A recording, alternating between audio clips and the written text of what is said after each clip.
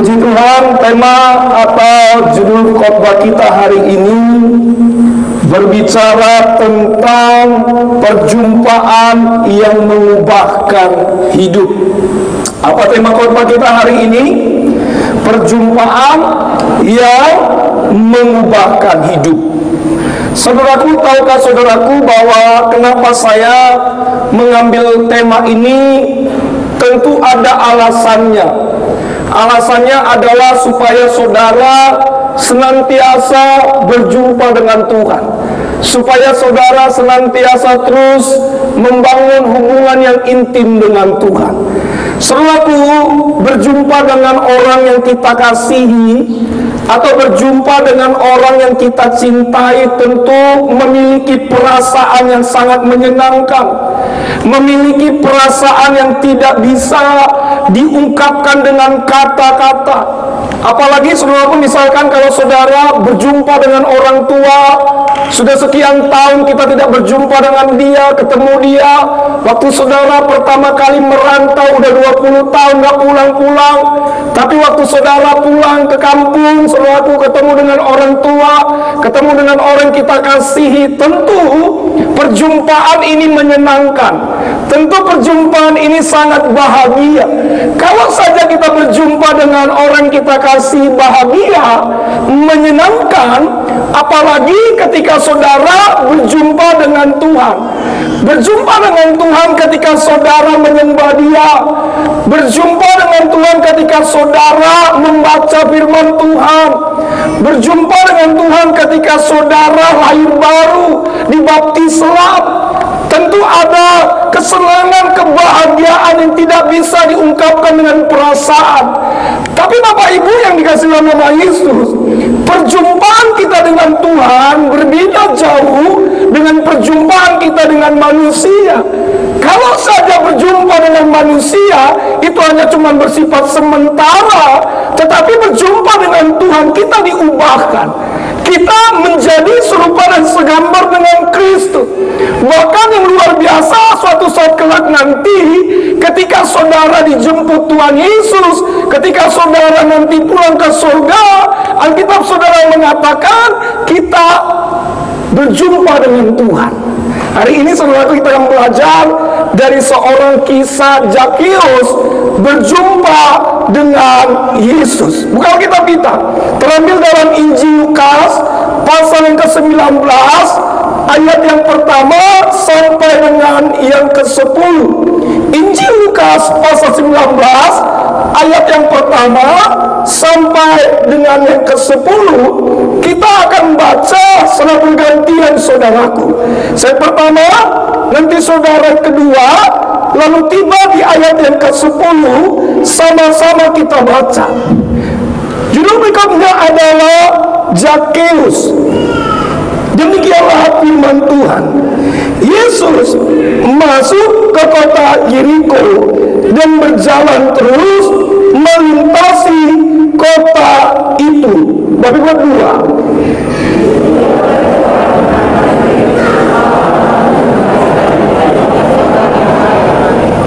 Ia berusaha untuk melihat orang apakah Yesus itu, tetapi ia tidak berhasil karena orang banyak, sebab badannya pendek. 4 saudara.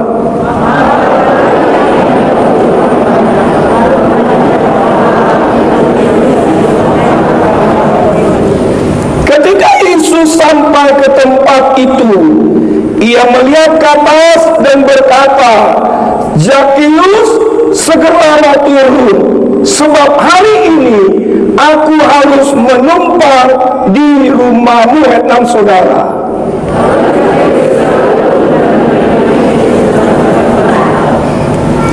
Tetapi semua orang yang melihat hal itu bersungut-sungut.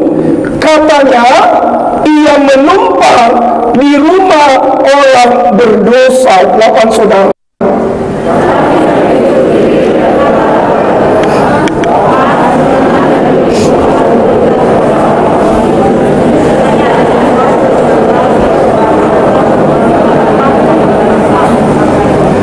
Kata Yesus kepadanya, hari ini telah terjadi keselamatan kepada rumah ini, karena orang ini pun anak Abraham. Ayat 10 sama-sama kita baca 2-3 ya.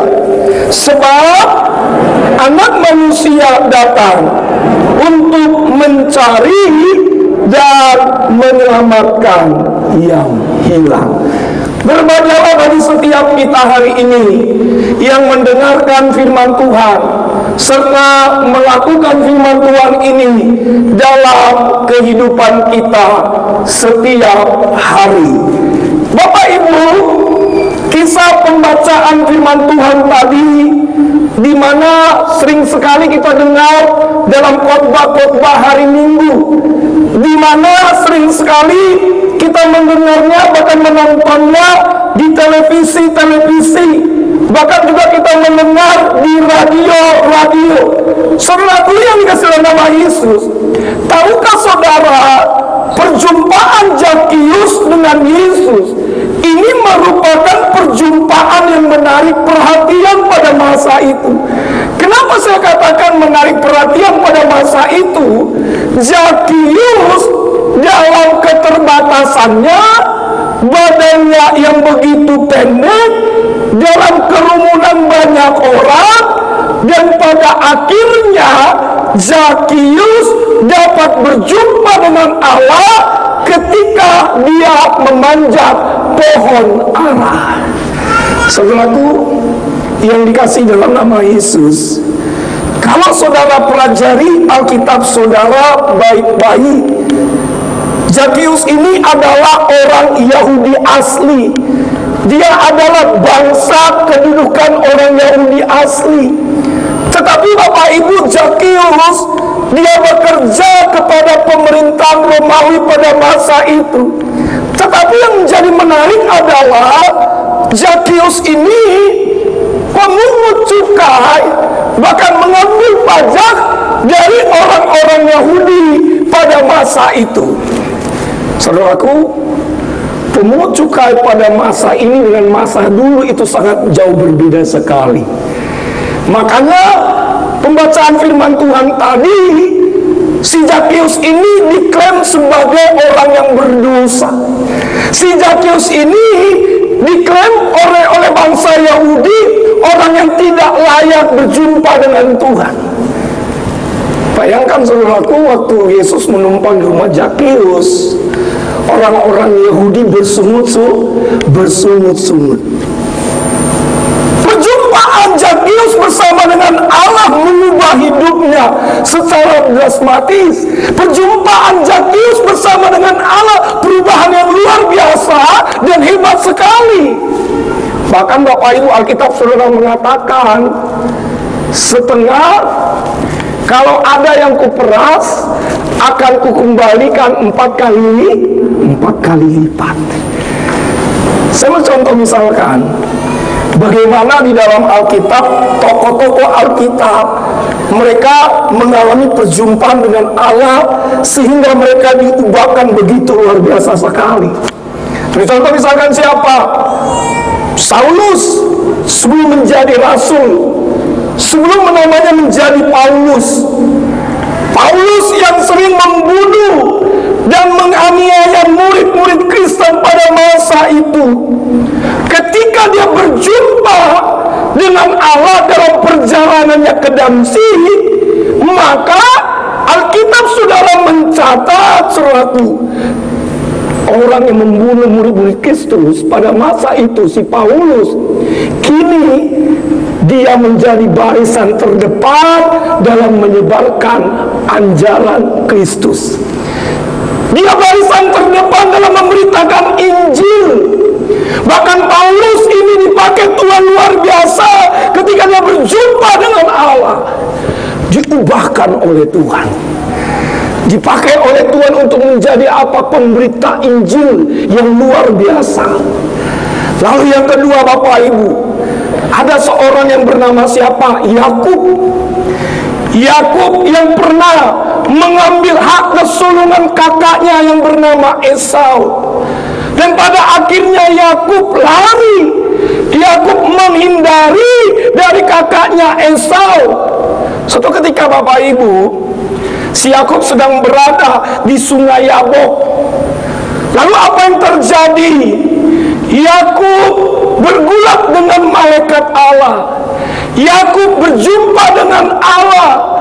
Alkitab saudara mencatat Yakub berubah menjadi namanya Israel. Dia diubahkan oleh Tuhan. Dia dipakai oleh Tuhan. Saudaraku, maukah saudara hari ini mau berjumpa dengan Tuhan? Maukah saudara hari ini mau dipakai Tuhan menjadi alatnya? Kalau saudara mau, alamilah perjumpaan dengan Tuhan setiap hari dalam membaca firman Tuhan, dalam membangun hubungan yang intim dengan Tuhan. Dalam hal apa? Berdoa setiap hari. Sebelum saudara melakukan aktivitas, saudara yang pertama kali saudara cari adalah kerajaan Allah, berjumpa dengan Allah. Jangan kita sibuk dengan hal-hal yang dunia ini, sehingga membuat iman kita mundur dari hadapan Tuhan. Orang yang berjumpa dengan Tuhan, saya percaya memiliki iman yang luar biasa.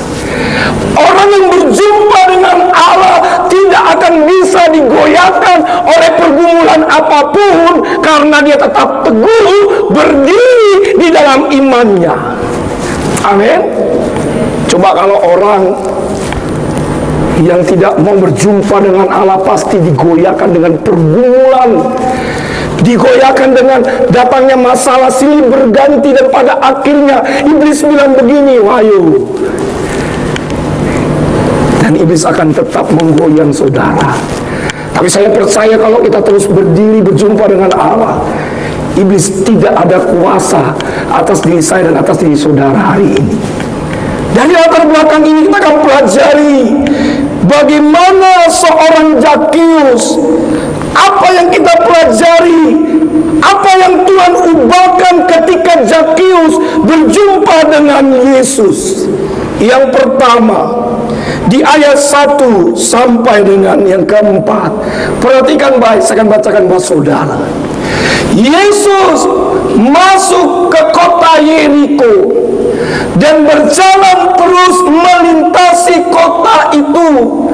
Di situ ada seorang bernama siapa? Zakius, kepala pemungut cukai, dan ia seorang yang kaya. Ia berusaha untuk melihat orang apakah Yesus itu, tetapi ia tidak berhasil karena orang banyak, sebab badannya pendek. Maka berlarilah ia mendahului orang banyak, lalu memanjat pohon ara untuk melihat Yesus yang akan lewat di situ. Yang pertama yang dapat kita pelajari, apa yang Tuhan ubah ketika Zakius berjumpa dengan Allah. Memiliki sikap hati yang benar di hadapan Allah. Bilang sama saya, katakan memiliki sikap hati yang benar di hadapan Allah. Slide ayat tadi coba tampilkan. Ia berusaha untuk melihat orang apakah Yesus itu. Lalu ada kata, maka berlarilah ia mendahului orang banyak, lalu memanjat pohon ara. Saudaraku, dari 3 kata ini, ayat 3 sampai dengan ayat 4 ini, bagaimana seorang Zakius, kepala pemungut cukai, dia bukannya memiliki sikap hati yang benar di hadapan Allah, tetapi bersungguh-sungguh ingin mencari tahu, ingin berjumpa dengan Allah seperti apakah Yesus itu. Wah, ini hebat sekali nih Zakius ini. Kalau kita berbicara tentang sikap hati yang benar di hadapan Allah, berbicara tentang cara pandang terhadap sesuatu untuk menentukan bagaimana kita memperlakukan sesuatu.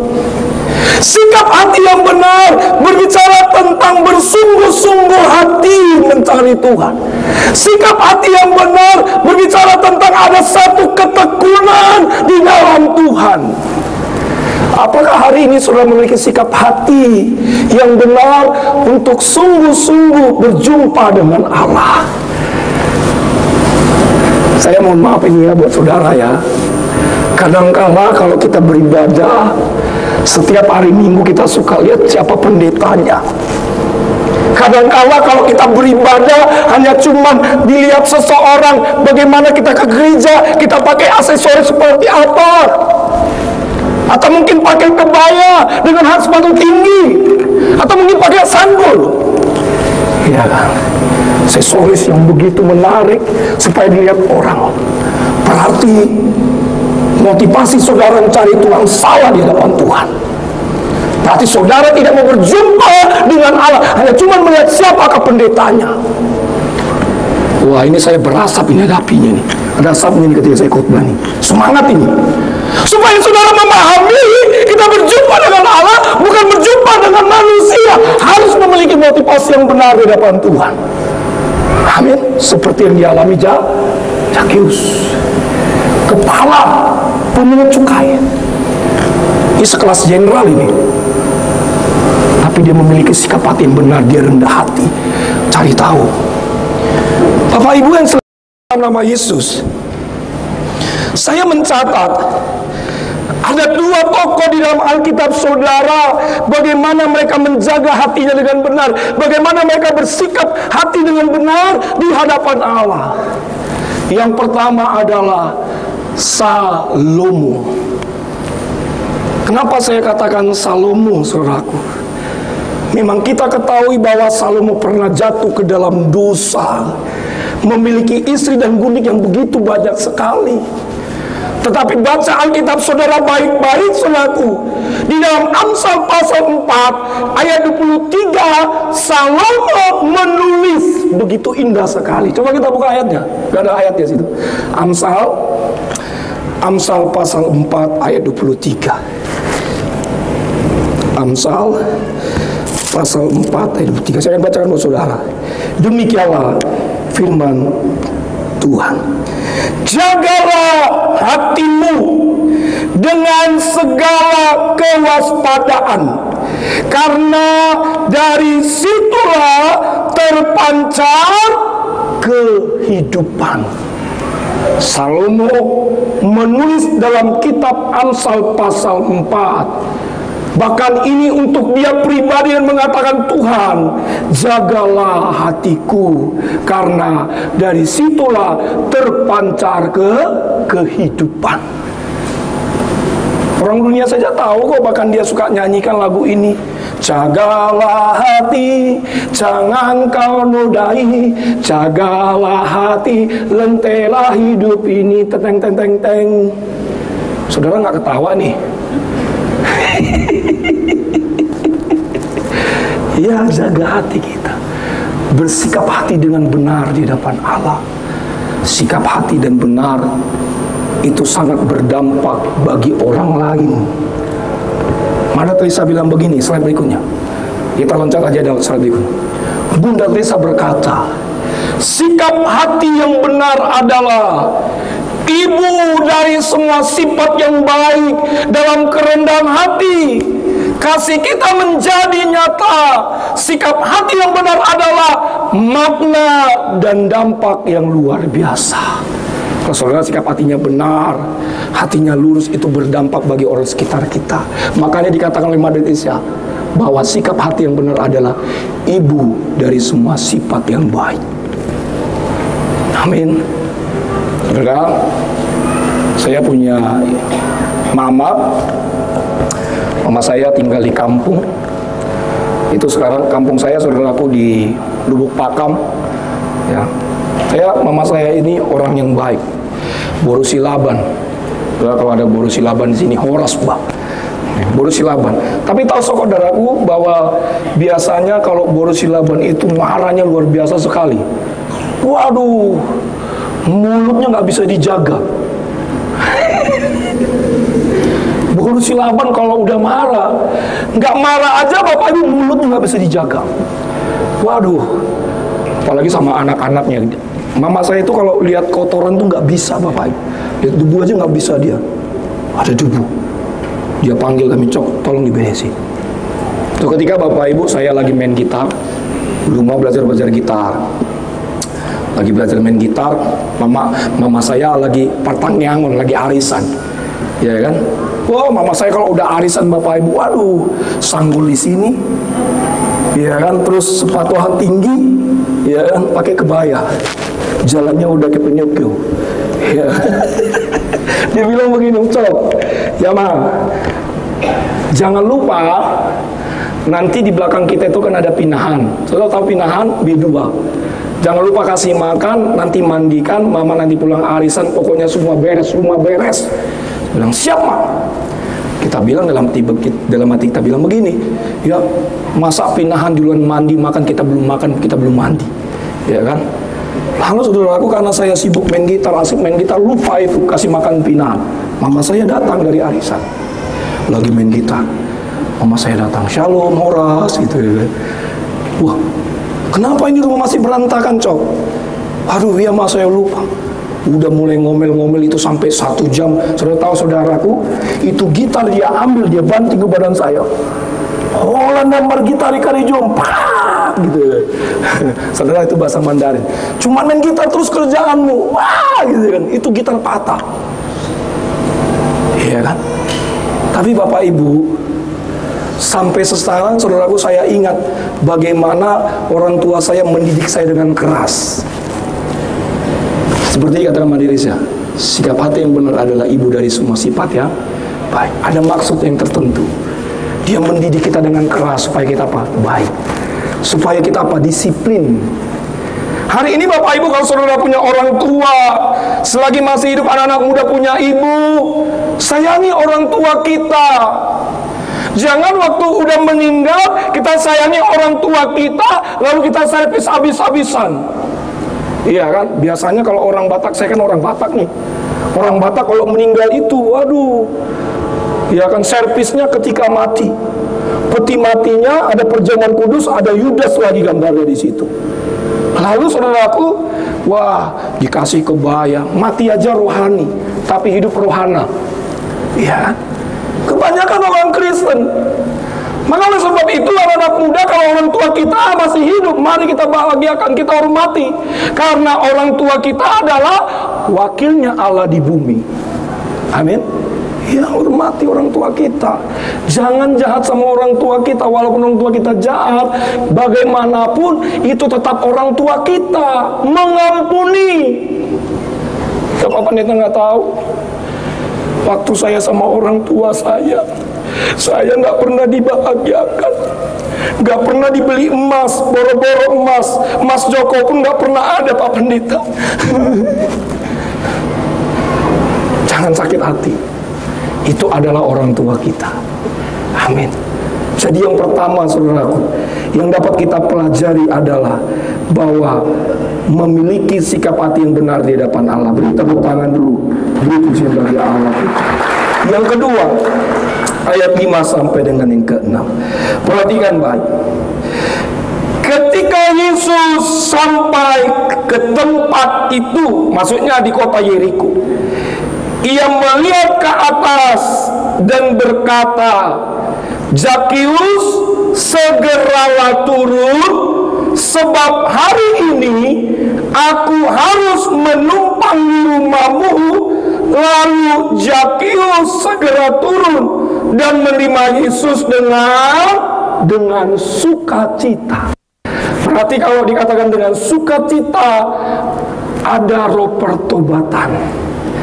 Yesus menumpang di rumah Zakius. Bahkan Alkitab saudara mengatakan keselamatan terjadi di rumah itu. Yang kedua yang dapat kita pelajari Bapak Ibu, apa yang Tuhan ubahkan ketika Zakius berjumpa dengan Tuhan. memiliki roh pertobatan. Bilang sama saya, katakan roh pertobatan. Katakan kanan kirimu, bilang begini, bro, cepat-cepat bertobat. Amin. Saudaraku, setiap hari kita harus mengalami yang namanya roh pertobatan. Karena kenapa? Dalam satu hari 24 jam saya percaya sering sekali kita berbuat salah. Tapi dengar baik, kita ada perjamuan kudus. Kita menyatu dengan tubuh dan darah Yesus. Kita mengaku dosa kita diampuni, maka terjadi roh pertobatan. Roh pertobatan tidak akan mengulangi lagi kesalahan yang sama, tidak jatuh lagi kepada dosa yang sama. Makanya ada begitu banyak orang Kristen tidak memahami, tidak mengerti apa sebenarnya arti roh pertobatan sesungguhnya. Tidak hanya sebatas kita meninggalkan dosa, tidak hanya sebatas kita lahir baru, tidak hanya sebatas kita berjumpa dengan Tuhan. Tahukah saudaraku, perjuangan kita bukan hanya melawan darah dan daging, tetapi melawan penguasa di udara ini. Makanya kita perlu kita memiliki roh pertobatan setiap hari. Pertobatan yang sejati adalah perubahan pola pikir, metanoia. Pikirannya baik, hatinya baik, jiwanya baik. Bagaimana Pak Pendeta supaya kita baik hidupnya, bertobat setiap hari? Baca Alkitab, rajin berdoa, rajin menyembah Tuhan, rajin menyatu dengan tubuh dan darah Yesus, diurapi dengan minyak urapan. Halo, baca Alkitab. Kalau aku sekolah minggu bilang begini Bapak Ibu, baca kitab suci, doa tiap hari, doa tiap hari, doa tiap hari. Baca kitab suci, doa tiap hari. Kalau mau tumbuh baca kitab suci. Kalau mau bertumbuh baca kitab suci. Baca kitab suci.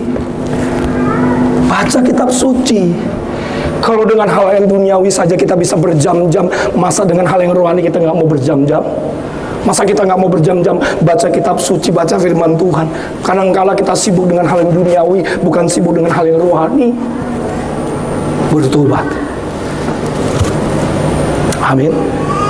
Ini yang dialami oleh seorang Zakheus. Saya ingat Bapak Ibu, ini kesaksian saya sedikit saja. Tahukah saudaraku, saya merantau ke Jakarta itu tahun 2001. Lalu saya jadi jemaat Tiberias itu tahun 2002. Pertama kali saya injak gereja Tiberias Indonesia, Bekasi Seperpak, dulu Hero Bekasi, 2002. Lalu saudaraku, 12 Mei 2005 saya dibaptis Islam oleh Papa Riaji. 2006 saya melayani dari choir, dari singer, dari asar, dari worship leader, jadi tim pendeta, bahkan jadi pendeta. Jadi pendeta 2016. Pertobatan yang luar biasa. Yang luar biasa waktu saya mau dibaptis Islam itu, saudaraku, saya minta tanda sama Tuhan. Karena waktu itu dulu ada yang ngajak saya ke Tiberias, dia bilang begini, bro, ayo gereja Tiberias Indonesia lo. Saya bilang enggak, saya udah punya gereja. Maksudnya saya ibadah di satu gereja. Terus saudaraku, ya udah. Akhirnya dia nggak mau ajak saya lagi. Tapi nggak tahu kenapa tiba-tiba orang itu datang lagi, dia bilang, bro, ayo kita gereja. Gereja di mana? Tiberias. Enggak saya habis pulang ibadah. Minggu ketiga dia bilang begini lagi, ayo bro, gereja Tiberias. Nggak tahu kenapa tiba-tiba saya iakan ajakannya. Saya duduk paling belakang. Waktu mulai pujian penyembahan, waktu firman Tuhan disampaikan, saya pulang ibadah, saya nangis. Dan biasanya di pengumuman-pengumuman gereja setiap hari Minggu ada pengumuman baptisan selam.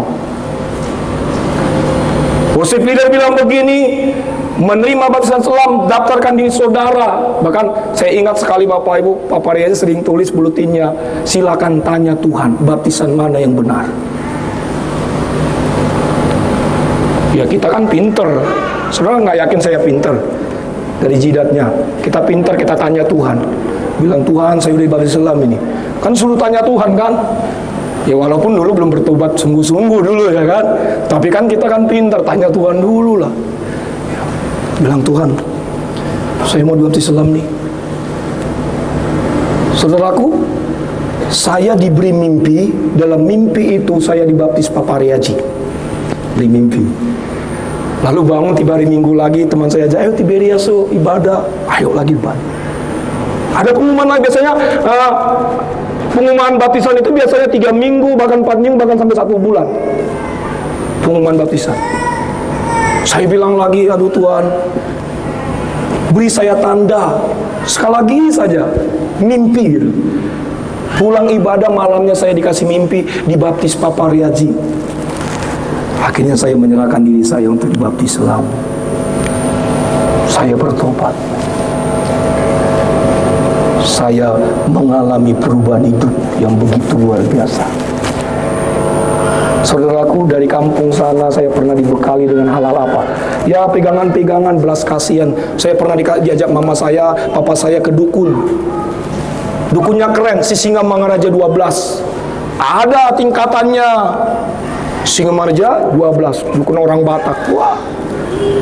Dukun ini bilang begini, Pak, nanti kalau kamu merantau ke Jakarta, minimal kamu kerja di kantor bupati. Merantau ke Jakarta 1 tahun masih nganggur, 2 tahun masih nganggur, nggak kerja-kerja, 3 tahun, 4 tahun, 5 tahun nganggur terus, nggak dapat pekerjaan. Tapi waktu saya dibaptis selam, saya dapat pekerjaan. Tapi waktu saya dapat pekerjaan, saya menyerahkan hidup saya untuk melayani sepenuh hati. Hari ini saudara, bertobat sungguh-sungguh. Amin. Suami istri saling mengasihi, saling mengampuni. Jangan kasar sama istri. Jangan pukulin anakmu, kasihan. Jangan marah-marahin mertuamu, ampuni mertuamu. Udah tua, masa kita marah-marahin lagi, kasihan. Ampuni. Ya Pak, mertua saya jahat, ampuni. Gak apa-apa, mumpung dia masih hidup. Ampuni. Anak muda, kalau kau hari-hari ini disakitin pasanganmu, ditinggalkan pasanganmu, belum waktunya Tuhan. Amin. Anak muda, ampuni dia. Masih banyak stok kerajaan surga. Amin. Oh, saya dulu mendapatkan istri saya, saudaraku, pengerja sini, Perawati Sirait itu, pakai lutut, berdoa, karena muka saya pas-pasan. Dilihat dari Monasan aja, wah segi 4 kotak-kotak, kurus, pakai lutut. Ya memang sekarang kalau dibandingkan dengan istri saya, gantengan saya lah, sedikit. Putihan saya lah, ada kemuliaan tuh, dan Tuhan. Pakai lutut, doanya. Tuhan, pernah ditolak saya. Nanti tanya istri saya pernah ditolak sama istri saya. Bilang, Tuhan, kalau orang dunia bilang begini, ya kan, kalau ditolak dukun bertindak, tapi saya sebagai orang percaya melayani Tuhan, ditolak doa bertindak.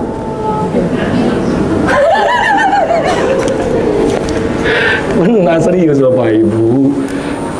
Berdoa saya, lutut saya sampai sakit waktu itu berdoa. Saya bilang, Tuhan, ini terakhir kali saya berdoa ya. Waktu itu, ini waktu ini sekali saya berdoa nih. Kalau enggak, saudaraku, ini unik sekali. Jadi waktu itu istri saya ulang tahun. Kan kami sama-sama pengerja, tapi cuman dia lebih senioran dikit. Saya kan junior. Mungkin gara-gara saya junioran, dia senioran, agak lumayan sombong dikit lah. Tapi sekarang kita agak sombong dikit, lebih tinggi. Jadi itu uniknya begini. Dia ulang tahun. Iya kan? Saya cuma SMS doang. Waktu itu kan WhatsApp belum ada. Saya bilang, halo. Misalkan kalau ketemu di sini kan jaim-jaim kan, anak muda nih, jaimnya, Shalom, selamat ulang tahun ya, Perawati Sirait, diberkati pekerjaannya, diberkati studinya, Tuhan Yesus memberkati. Kirim, teng, oh masuk pesan. Dia balas 5 menit kemudian, terima kasih ya. Hari Minggu jangan lupa kita makan ya. Hai, traktir. Saudaraku, mulai saat itu, waktu bilang ngucapin ulang tahun itu, udah mulai dekat. Pacaran nggak lama. Orang Batak kalau pacaran, ya kan ketemu, ya bilang begini, ada pertanyaan? Kalau nggak ada pertanyaan kita nikah. Siap. Tanggal berapa? Tahun berapa? Loh, itu kita begitu. Anak-anak muda pacaran jangan sampai puluhan tahun. Boro-boro jadi makin sakit hati. Ya kan? Ada di sini anak muda yang pacaran sampai 15 tahun, angkat tangannya. Oh, puji Tuhan nggak ada. Mungkin sakit. Janganlah lama pacaran. Benar, serius ini. Serius. 1 tahun, 2 tahun cukuplah pengguna. Bila perlu 1 bulan. Tapi kalau memang udah mateng, maksudnya udah bekerja, jangan lagi masih kuliah, sekolah, ya pada ngebet-ngebet nikah, jangan juga. Mungkin saudara anak-anak muda yang ingin ngebet nikah, angkat tangannya, saya doakan dari depan mimbar ini. Yang ingin ngebet tangan mau nikah, angkat tangannya. Wah, saya berhadapan dengan orang tua semua ini. Anak-anak muda nggak ada di sini. Mau nikah nggak sih? Nggak mau nikah? Angkat tangannya, aku berdoa ini. Tahun ini nikah nih. Nggak mau?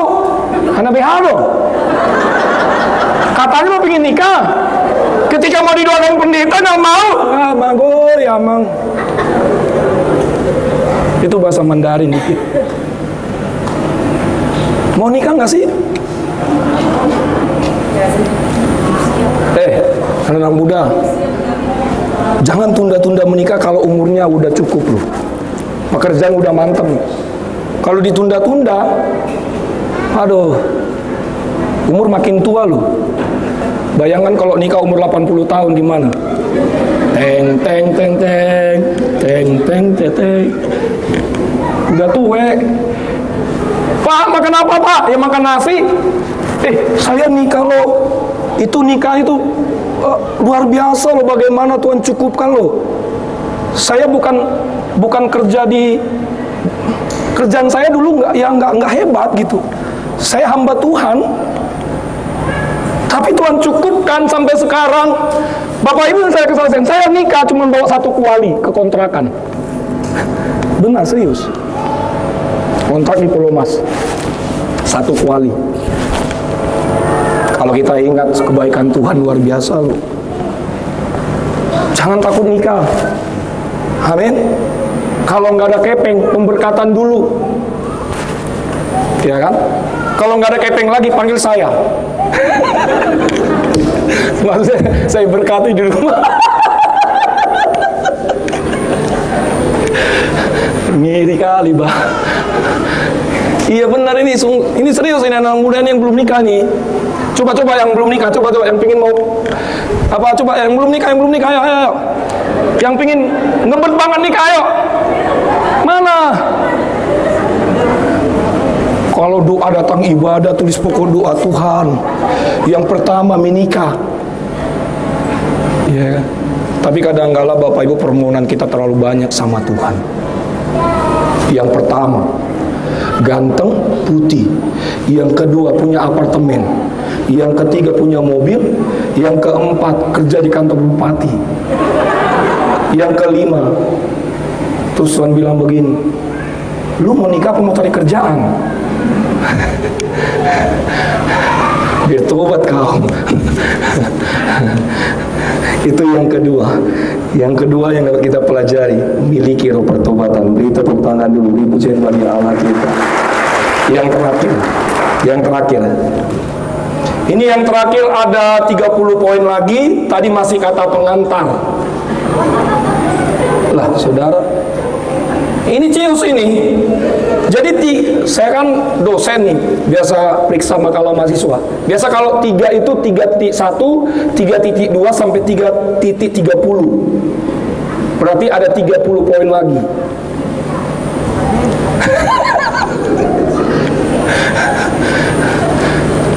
Kalau kita nyanyi nih, waduh hebat sekali. Itu iblis minder, lebih baik suatu hari di pelataranmu daripada 1000 hari di tempat lain. Kalah iblis minder. Ini masih 3 poin. Ini masih pembukaan. Tapi saya melihat wajah saudara udah mulai gimana gitu ya. Ya kita karena kita teman sahabat dari 30 poin kita rangkum, tinggal 1 poin ini cius yang terakhir. Ayat 8. Saya undang pemusik, saya undang worship leader. Ayat 8. Yuk sama-sama kita baca. Wah, kenapa Yohanes ini?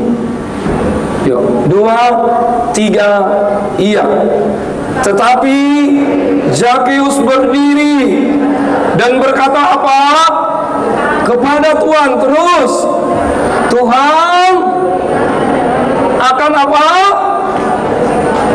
Dan sekiranya ada sesuatu yang kuperas dari seseorang akan kukembalikan 4 kali lipat. Yang ketiga yang dapat kita pelajari, apa yang Tuhan ubahkan ketika Zakheus berjumpa dengan Tuhan, memiliki roh belas kasihan. Bilang sama saya, katakan roh belas kasihan. Amin. Kalau kita berbicara tentang roh belas kasihan, berbicara tentang murah hati, tidak pelit, suka menolong orang lain.